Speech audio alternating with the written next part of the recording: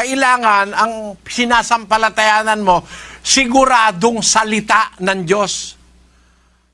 Pagka sinampalatayanan mo, purgatorio, wala naman sa Biblia yon, wala naman salita ng Diyos na purgatorio, wala naman limbo, no?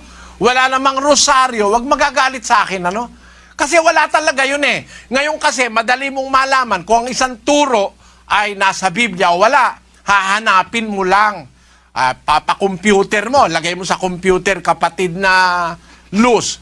Meron bang purgatorio sa salita ng Diyos?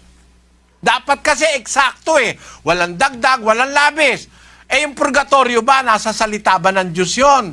Pahanap natin sa computer, kapatid na Luz. Opo, ayan. Hanapin natin sa computer ang salitang purgatorio in Bible version, Bibliang Katoliko. Mula Henesis hanggang Apokalipsis, the result,